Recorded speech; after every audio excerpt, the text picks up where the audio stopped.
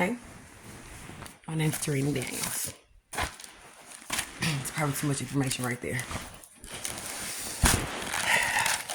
I wrote some of this because I'm not really good at talking. And I get scatterbrained.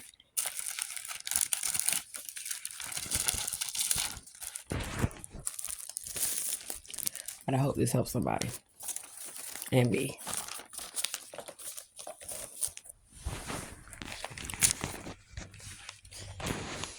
I'm going to read what I wrote first. And then I'm going to try to summarize this as best as I can.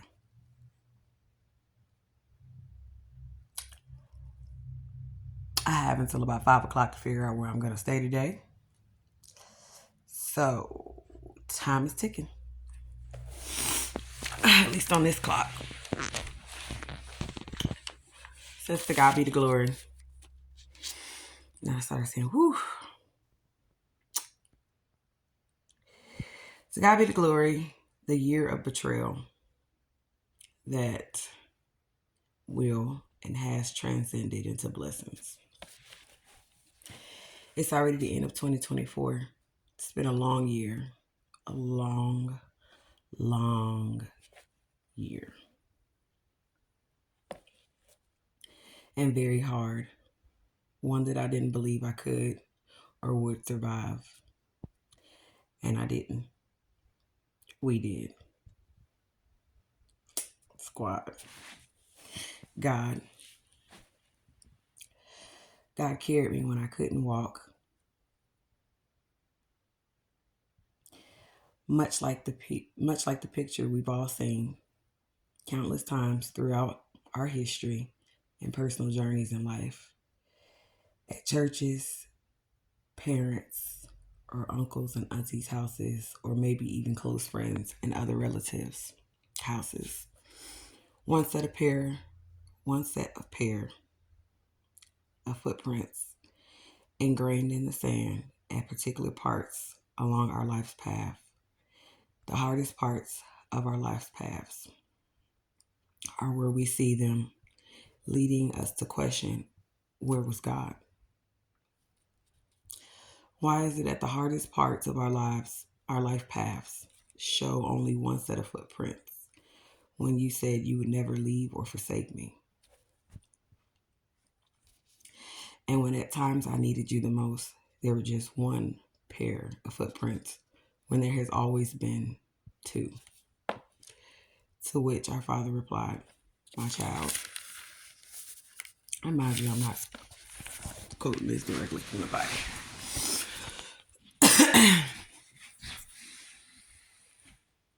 To which our Father replied, my child, that is when I was carrying you, when you were too weak and not strong, when the world was against you, when you didn't know how you were going to make it another day, an hour, or even a moment, when the people you loved turned their back on you and all hope seemed to be forgotten. I carried you. I carried you through the unbearable pressures of the world. For the weights and pressures were never meant to be bared, were never meant for yours to bear. I say to that, me.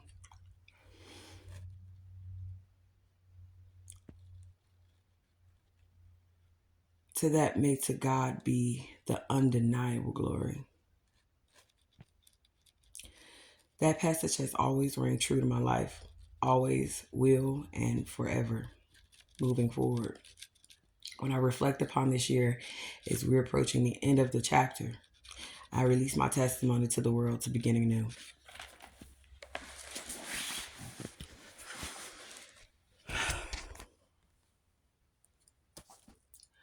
My mother and I have never had a normal or comfortable relationship in life. Over the years, growing up under her insufferable terrible reign of emotional dysfunction has been nothing shy of exhausting and emotionally and mentally a catastrophe. In the role of Mother Dearest this year, and the huge thing / part of my life she played in the non-fictional movie called The Great Year of Betrayal, aka the year of 2024.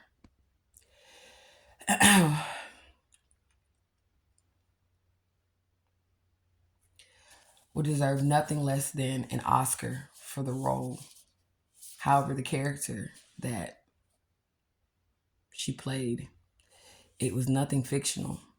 It was the real person behind the perfectly curated mask she puts on for everyone else, bedazzled in rhinestones as genuine, concerned. I'm doing what's best for you. You should be grateful. You should be grateful for what I have done for you. As if I asked, or because I asked to be in the world. I'm worried about her, said to family and friends, buried underneath gossip with no action.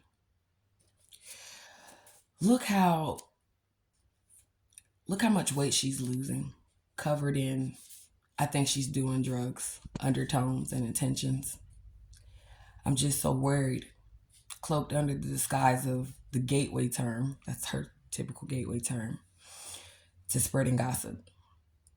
She needs to get it together, dressed in the weird flex of financially appearing stable, all while mentally unstable, believing shallow accolades, not attaining fully by herself, even presently without the help of my brother and 2 children's fathers, helping her pay bills, while my little avenues of help she's distorted through my kids.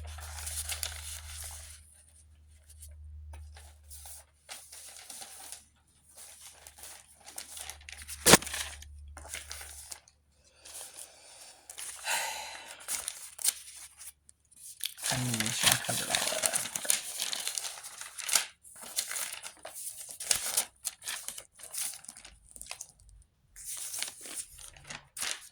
That she's distorted through my kids, that remains presently today out of balance.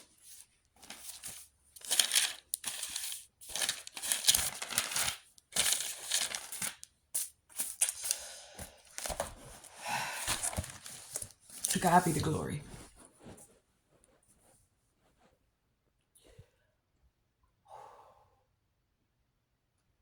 I have such an array of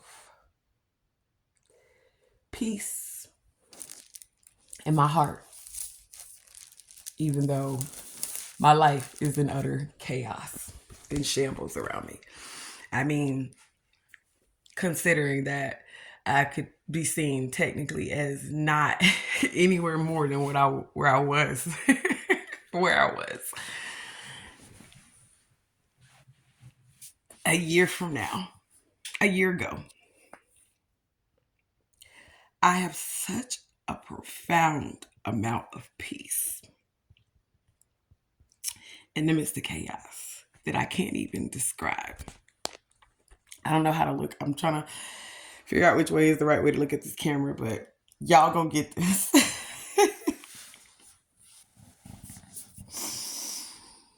I just want to say thank you, God. I am so grateful. I'm so grateful.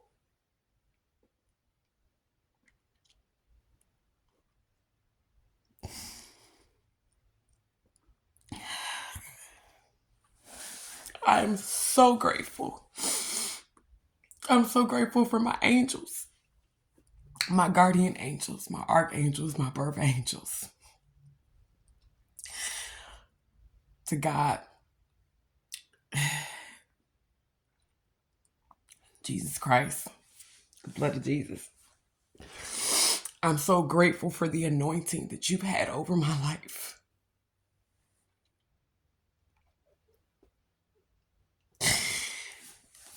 Because this story that I'm going to tell, you wouldn't think that I would even should be grateful. Man.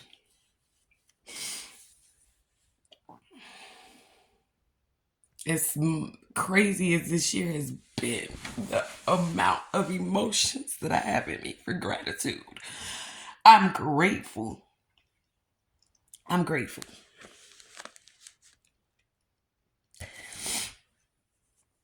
Oh, man. I grew up,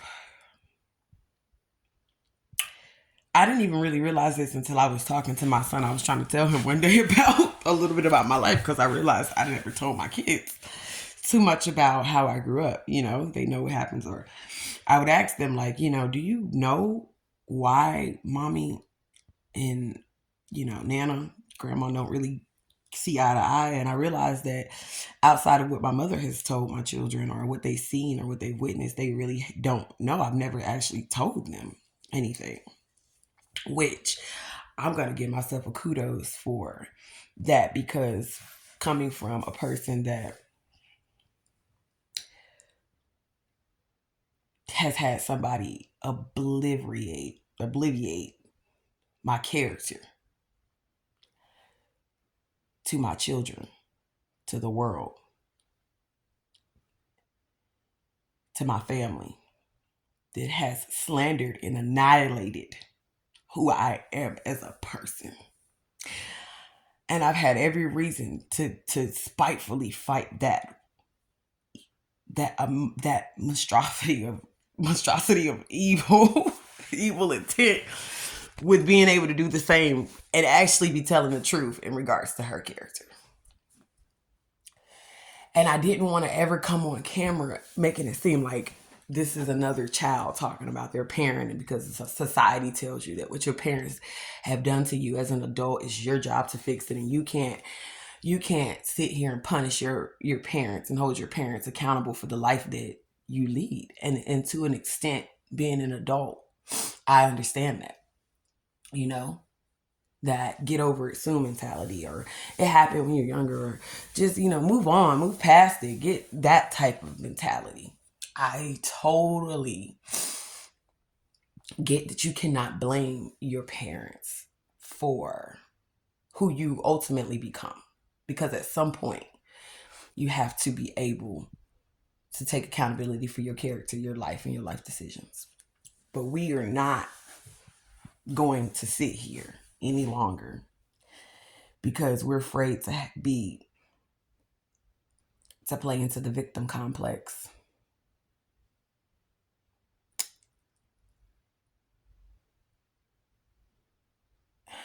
Just noticed something on my son's wall. Play into the victim complex, where it's like, oh my God, my life is so horrible, things happen, like we're not going to take accountability for ourselves. So I'm going to tell you this. I've struggled with choosing the right partner, crappy relationships, patterns, and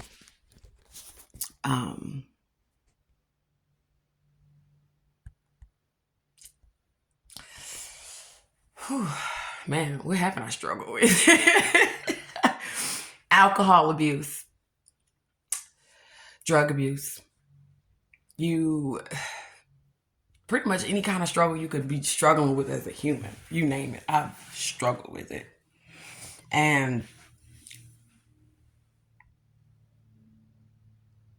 maybe not to the levels of other people in on some schemes, like some grand schemes of things, alcohol, the functioning alcoholic type thing. Yeah. So some levels of it was severe and some wasn't, but nonetheless, it doesn't matter. I mean, a thief is a thief, whether it's on a little scale or a bigger scale. I just have to accept the title as what it was. And because of that, I'm just gonna let you know, by the way, I'm gonna be moving around different environments, different places. I don't really like talking on camera too much. I'm not really social. I'm very introverted, introspective type of person. So it's already awkward. But I made a commitment that I was going to get on this camera come hell or high water. And I was going to put this out here because somebody needs to hear it. And quite frankly, I hope this is the video today that the world could hear it. So excuse me. And some stuff I'm not sure exactly if it's just time for me to reveal it, but we'll talk to the Holy Spirit and see if that's the case. And my brother's here, by the way, guys. So, I'm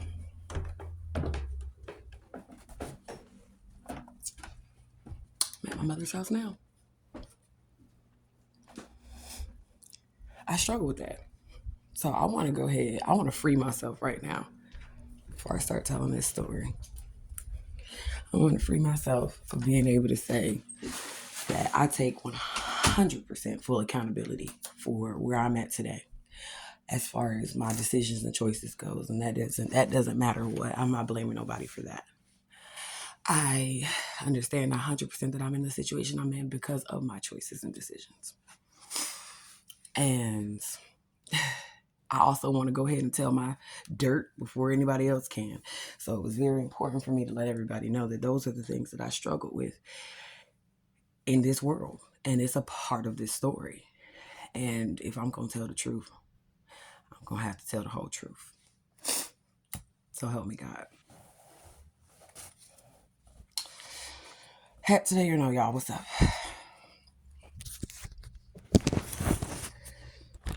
So, it's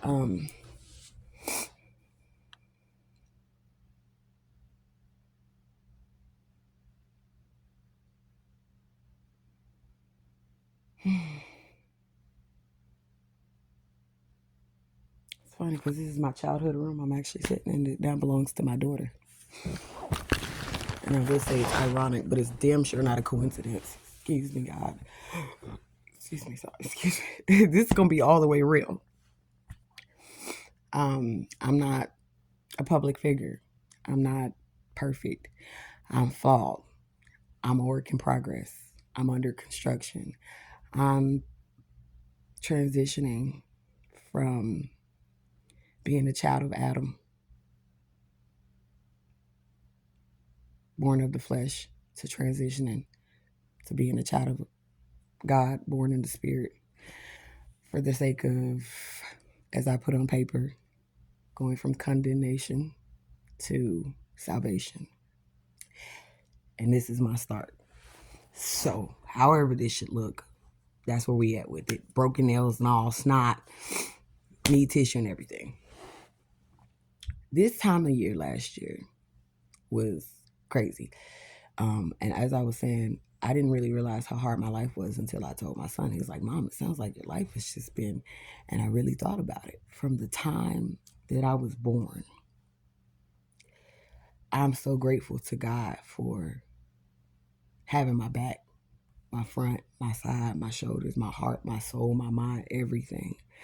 The shield of God has been something that he knew. He knew I was destined. Like, he knew what kind of world that I was going to be born into, and he knew what type of mother that I would have.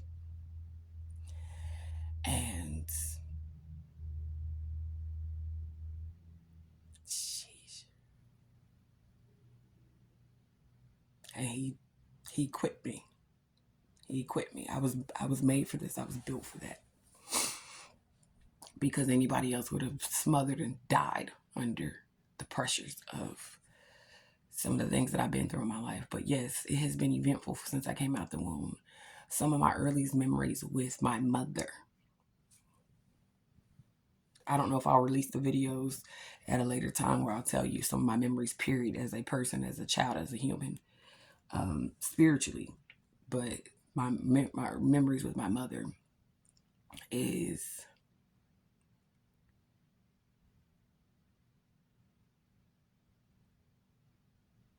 her telling me that she wanted me to be lighter tone. I guess that's why my daddy's light skin, so that I didn't have some of the struggles that most people would have. So it was already in my head that, without even thinking, that seed's being planted.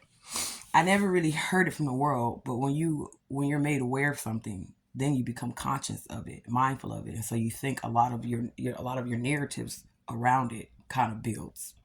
So that was the first seed she planted, and the first seed to me, and a lot of struggles that I had to overcome until I got to certain phases of my life where I realized a little bit differently. And not saying it's not true, it's evident, it's out there, but um, it just wasn't.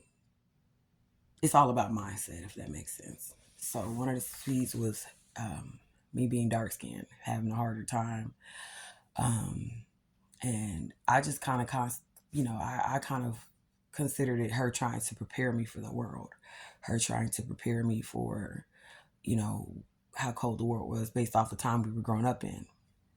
And I don't know really how I feel about it today. I can't say it's nor negative nor positive. I'm just saying it was something that was in my head ingrained. She told me from a very young age that she loved me, but she didn't like me, that she struggled with postpartum depression, and that she used to do little things like flicker pinch me or stuff like that. You know, that she had me because she was young, and she was 19 when she had me. She had me young because she didn't feel loved by her mother and her family. She felt like the ugly duckling, basically, of the family. And in my family, beauty is a hierarchy. Beauty goes a long way in my family. I hate to say that, it does. And how you get treated in the world as well. So I already felt self-conscious about being dark skinned because that was a seed planted in me. Which it also creates division because you feel like you're going up against dark skinned and light skinned people. You know, then you hear about history, the brown paper bag theory, etc. Blah blah blah. And so that's the first thing I remember. I remember her telling me because my right shoulder dislocates very easily. And as I've learned it from doctors, the last time it dislocated, it literally flipped inside out. That is it's something that I probably would have to get surgery on, but I don't know. We're gonna see what God got to say about that. I'm afraid on that one. Because my mother dislocated my shoulder when I was 3. She was getting on a bus and she was trying to carry me up with one arm, and I guess she had a lot of things with her. And so she dislocated my shoulder. And I remember her telling me she spanked me because I kept crying and crying and crying and crying. And I was already like a really crying type of child. Oh, really extremely emotional child. I've always been extremely of an emotional type of person. Which now I guess in today's society they call that mental illness, but I just call that being able to be a human, being a person, being an entity that has a good heart, being a being that has pureness at heart, childlike. It's nothing wrong with it. And I'm sure plenty of us has heard that has grown up with these type of parents before. So that my stepdad, my brother's father, used to take care of us when we were younger. Him and my mother were in the military together. And I remember certain things I'm not supposed to probably remember when he was away. And we were with my mom on base. And I'm telling my story, not hers. So I won't be putting anybody's business out there. But what I can say is when him and my mother split, I thought it was because it might have had something to do with infidelities. I'm not sure. But I thought about that based off some of the things that I remember as a child. But I was a very quiet child. I kept to myself. So literally, I could see something that was done that was wrong. You have to remember you're a child. You can't really do too much about it. But I wondered always that, like, was that the factor of why they split? But if you're gonna do wrong in front of any kid, it probably would have been me because I was quiet, okay, and too afraid to talk, too afraid to say anything. Growing up with a militant type of mother, not only her natural character, who she is, but her being a correctional officer, her being in the military, her all of that.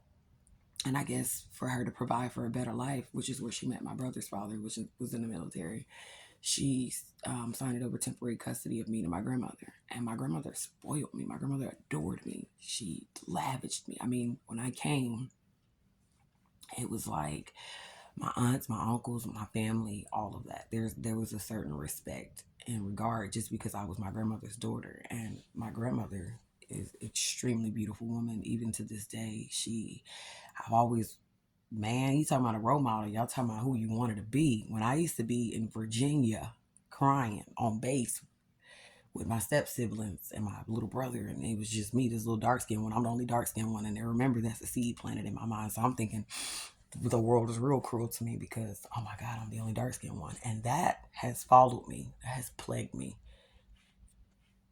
throughout history. You feel like when you're the underdog, you have to work harder. So I was really good about keeping up my skin, keeping up my teeth, which I was always afraid to lose a tooth. As you can see, I lost one. I was always really big on hygiene. I was always real big on certain things because I already felt like I was the underdog because I was darker tone. Then you get in school and you find out you just the underdog because you black. So it made me work harder, which I excelled very, very well at a lot of things, and some things I didn't. So hey, but pretty much anything I was interested in, I excelled at. And that's probably followed me as well as a pattern throughout life.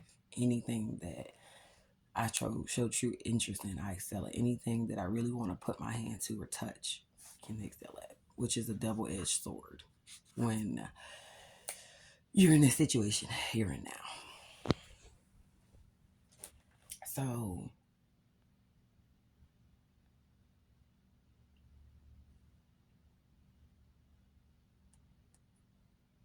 she was always, I used to have dreams about my mom being like a witch. I'm going to say some things I've never even said because I feel like some things are so harsh and hard to hear and hard to say. Like ugliness is really hard to repeat out loud, at least for a person like me. But I struggle. I never really found her attractive, you know. Like as a kid, you know how you look at your mom and your parent, you want to, oh my gosh, you look so pretty, da da da. And I was like, dang, well, I don't know. Think my mom's pretty, but then maybe it has something to do with the fact that she didn't think she was pretty. So she wasn't loved. She had me at a young age, and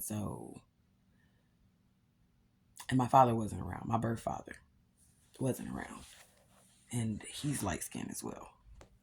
Hence me. Hence her trying to give her good go at me being lighter toned. Um, and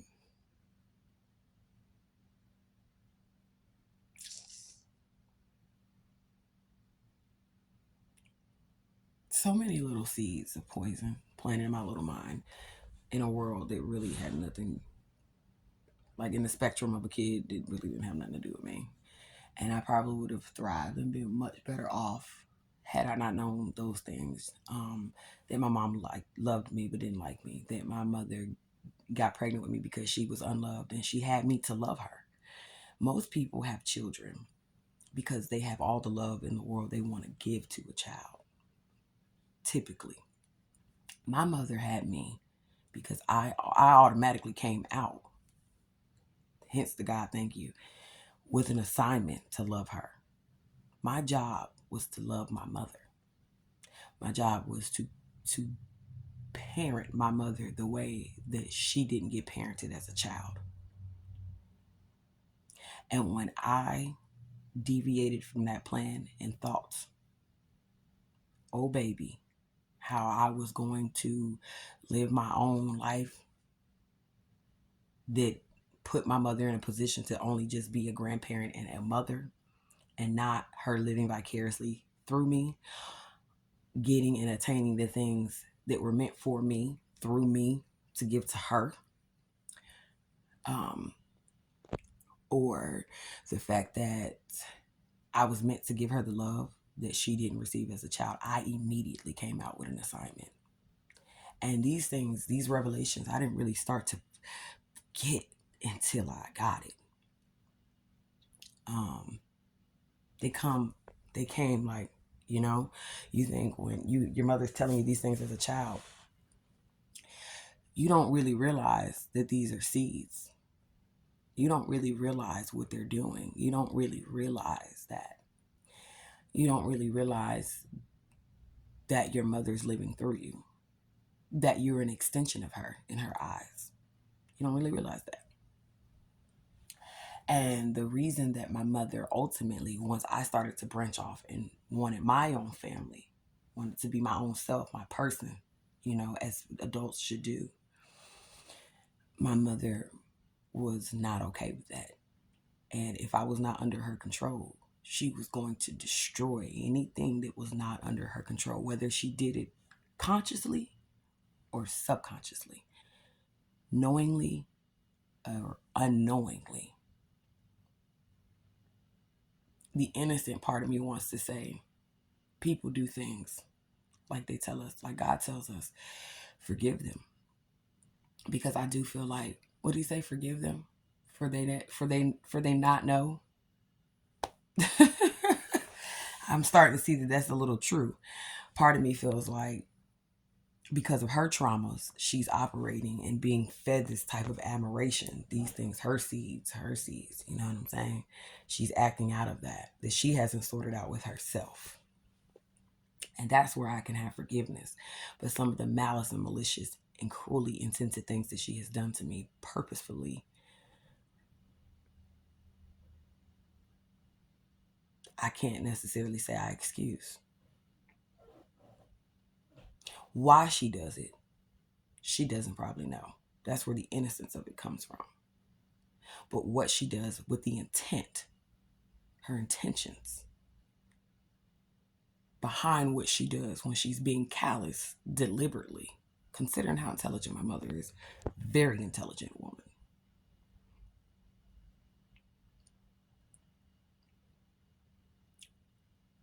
That's the thing right there.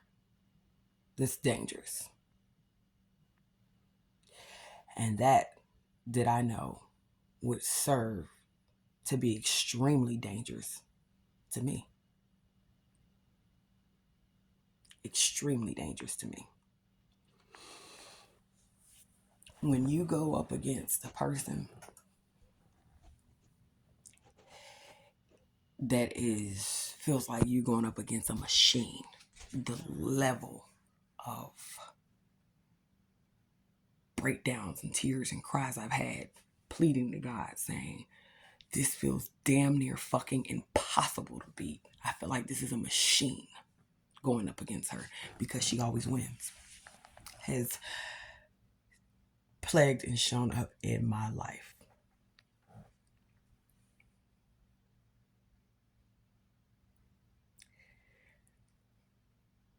Y'all, the heights I'm going, places I'm going, I intend to go by the grace of God.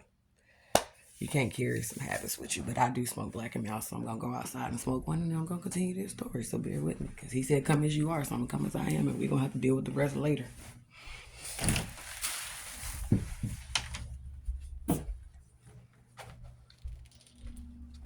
If I can find my slippers. I'm also trying to make sure that this video doesn't clip or cut on me, so, and I know the attention span of others is not that high, but we're going to keep this moving because that's just what we got to do is keep this moving. By the way, we're going to get this out today.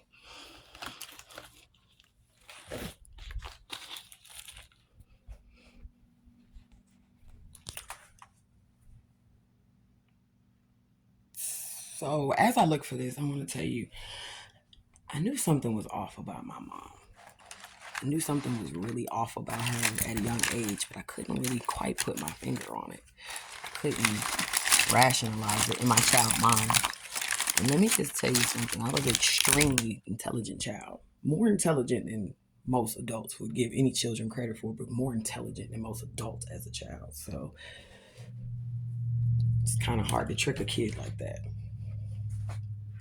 And one thing that I've always been was extremely emotional. But you are taught in this world having too many emotional and mental illness to calm down. And people look at you crazy when you have a lot of fucking emotions. But I just learned to find out that's just being a good being, a good individual, a good person. And it also has been a saving grace. My emotions are my antennas. It's how I feel out the environment. My intuition is key. It's how I sense things. It's my sensory.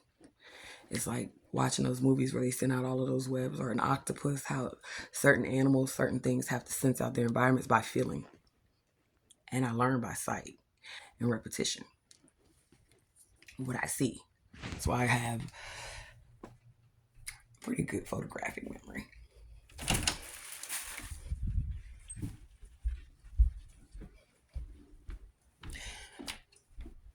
But yeah.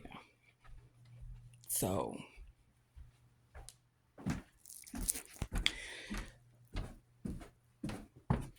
I don't know what I did with them slippers, y'all. Oh, by the way, absent-mindedness too. I'll just be going. Sheesh, there we go. Backtrack. I had to go to the root of it. I had to go all the way back just to find my slippers. Son's room. By the way, I'm sure this picture means something. I'm going to go back and look at it later. My daughter drew these. Reminds me of the sun.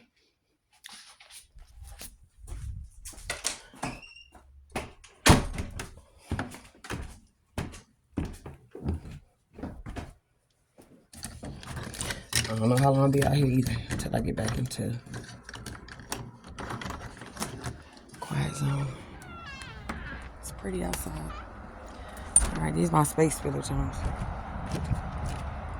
Uh-oh.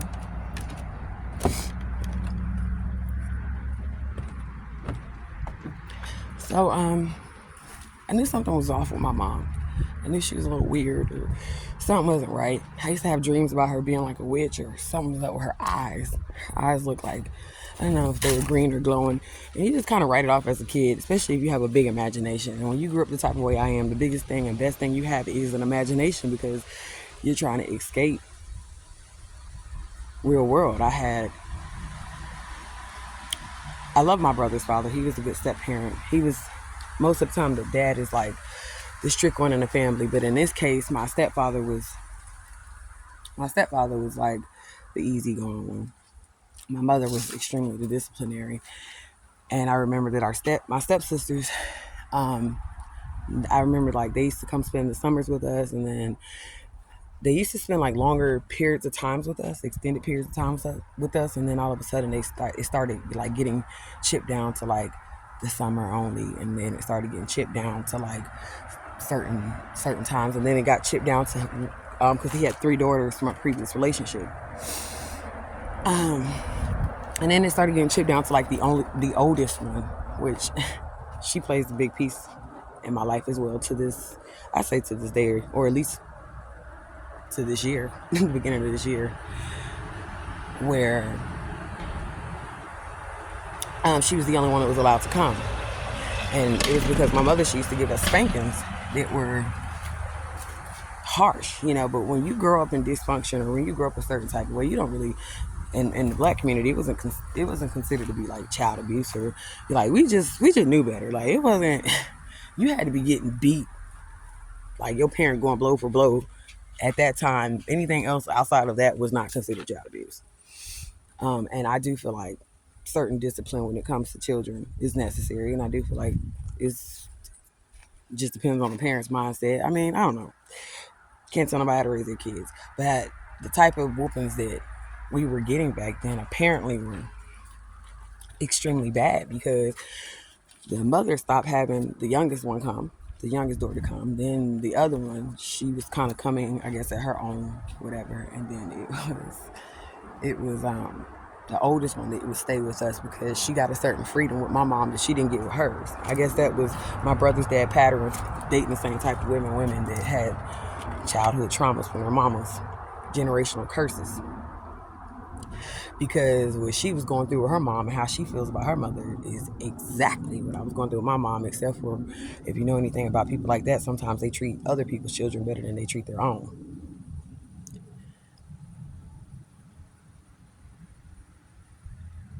I don't know how. I'll come back to that later. I want to make sure that's a full thought.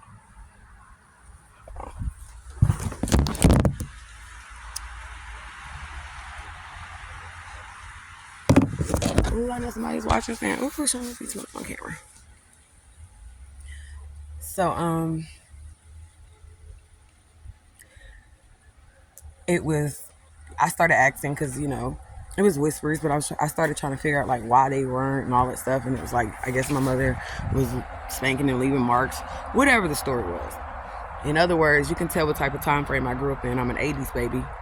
It was grown folks' business.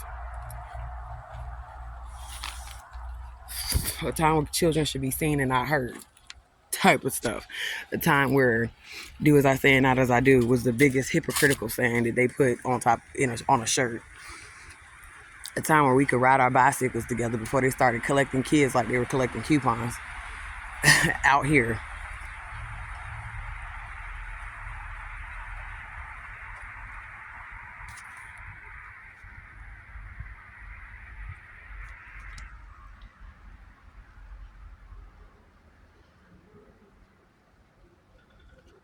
So through that, when him and my mom split, we moved back to Florida.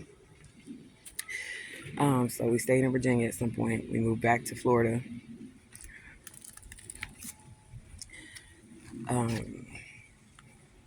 All the girls were responsible for my brother when my stepdad, my brother's father, and my mom were together. All the girls were responsible for taking care of my brother. And he was a little escape artist. He used to always run away. And not on purpose.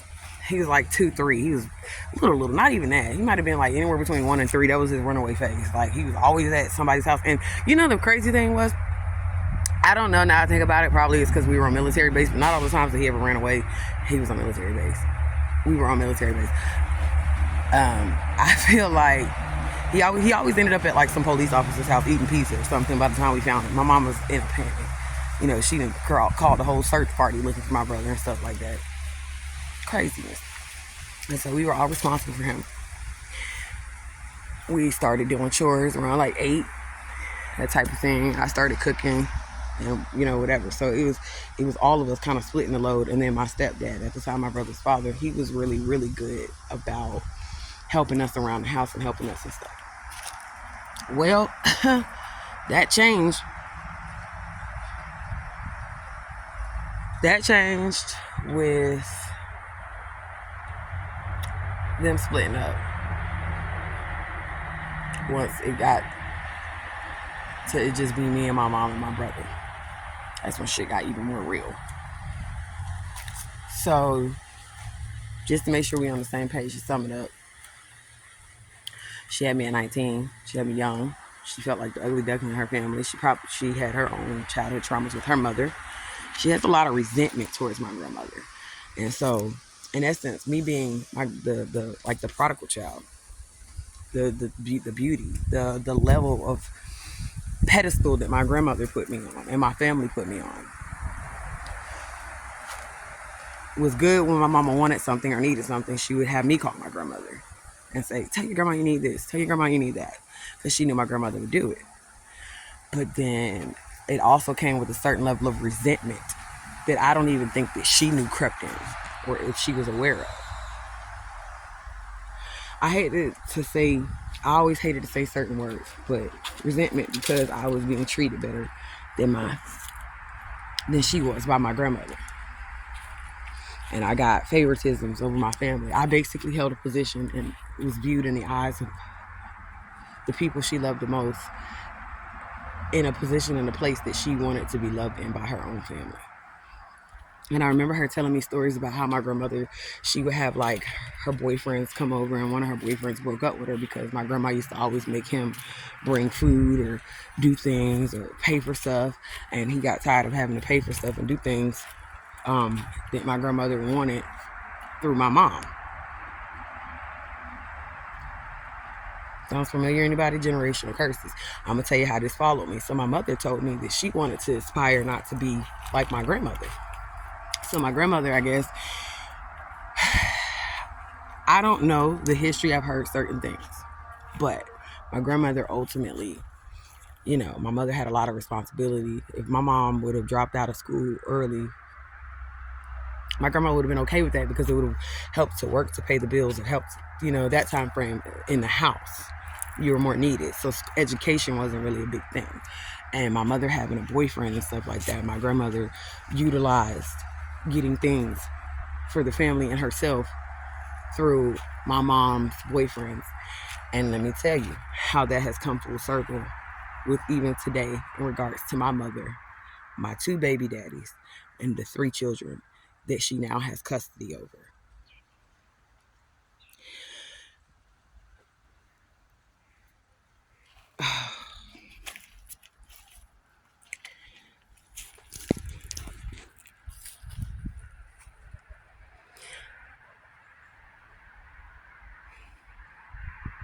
As I'm talking to you guys and I'm saying this stuff out loud, it's crazy. It's funny how you start out one thing, but it goes to another. But yeah, so my grandmother put me on this pedestal. I got treated a certain type of way, and I'm naturally, I think it goes back to subconsciously and consciously, I think that resentment towards me. And then as I start to get older and I start to blossom and develop as a child, and your beauty enhances and you get breasts and you get features and you get a period, and then your mother's not married and she's dating, well, that unleashes a whole new level of shit you got to pay for an environment in the world you didn't ask to be here, when you were created not from love or out of love, but to love somebody. And when you start to think that you have the right to be your own person, and I just wonder how many generations of my family has this went around to, where to not be married, the women in my family, or more of them are not married than they are, and they're very intelligent, they're very independent, they're very strong, they're very much different from what the hell I got going on, versus me. Because I'm gonna tell you right now, I want to be, nothing about my daughter developing is nasty or it should be sexualized. It's a part of human development. Her first heartbreak, her first dance, her first crush, whatever, I want to be a part of it. When she delivers her first child, I want to be in that room. My mother didn't want to be in the room. He was disgusting, and quite frankly, I didn't want her to be in the room either. Look at my brother, y'all, just out here walking a dog. Poor, he's a product too. Just out here, just suffering silently. Hey, bro.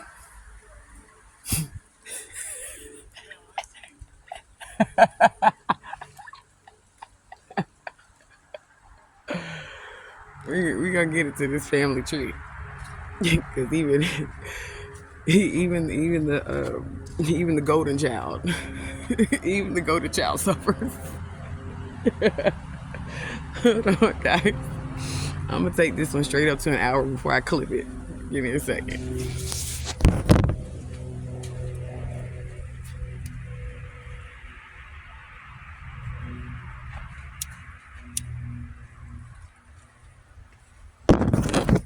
So let me get somewhere I can see. He's out there walking the dog. Side note, pause, guys. The dog that my brother has that he absolutely loves is a dog that I had rescued from being she's about to be, what you call that, euthanized.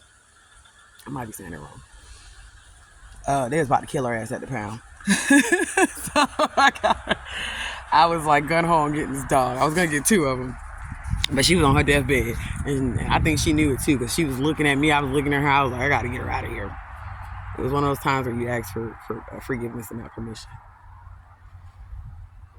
Now look at them, just a little.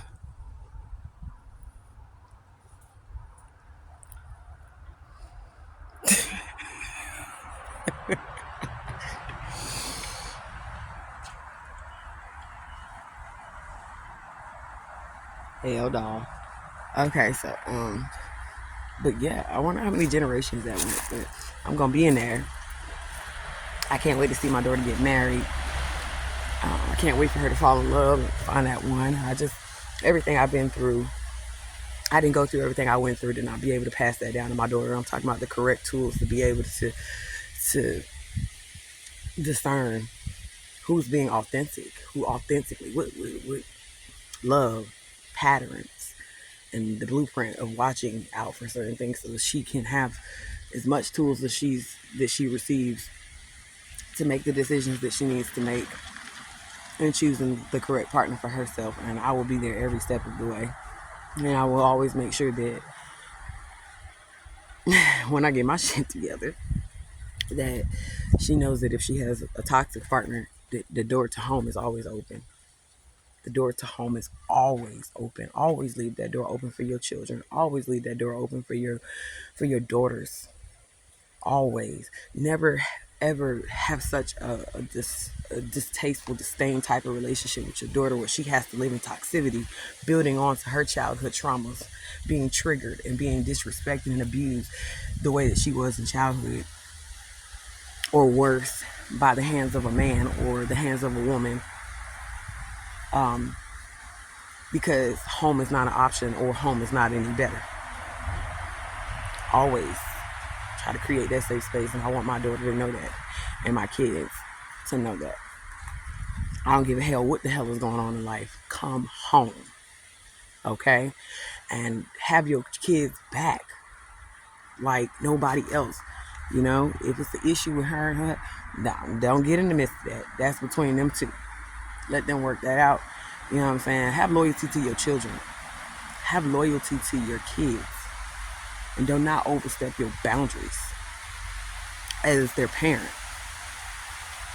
Getting in the midst of their situations and their business, because at the end of the day, your loyalty is to your children, not to a person that helps your child out through an indirect paycheck that you're trying to get through your child.